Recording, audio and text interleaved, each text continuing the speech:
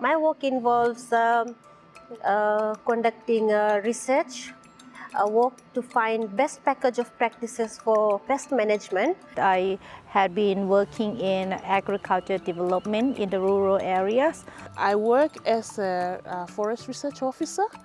I'm a forester by profession. Managing the seed researcher in the area of pathology, enhancement, production, and also physiology. Being part of Meryl Williams Fellowship, I think it was an eye-opener for me that actually there is a big gender gap in my organization. Coming to here, especially the first week that we have involved in the class, I understand myself more, who I am and what is my leadership style. I come here, gather knowledge, the skills, I equip myself, and then go back home to really practice. And what I lack, it enhances me to do.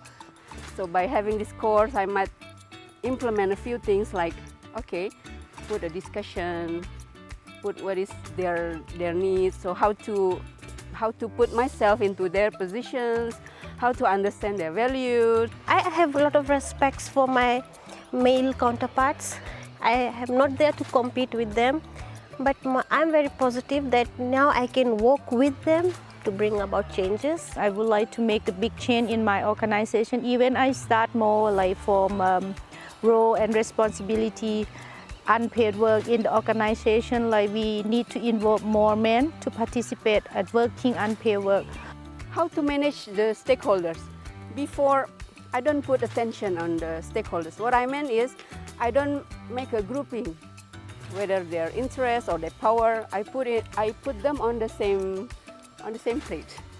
So now I get the idea how to deal with all the stakeholders, especially the one with low interest but very high power. I've learned so many things, like very good. We had very good facilitators, everything was nice. The big thing I learned was my value. The most important to me is just about being the effective leader. How to extract the real values, personal values, because refer to my workplace, we have all the values, but how can be fit with our personal values?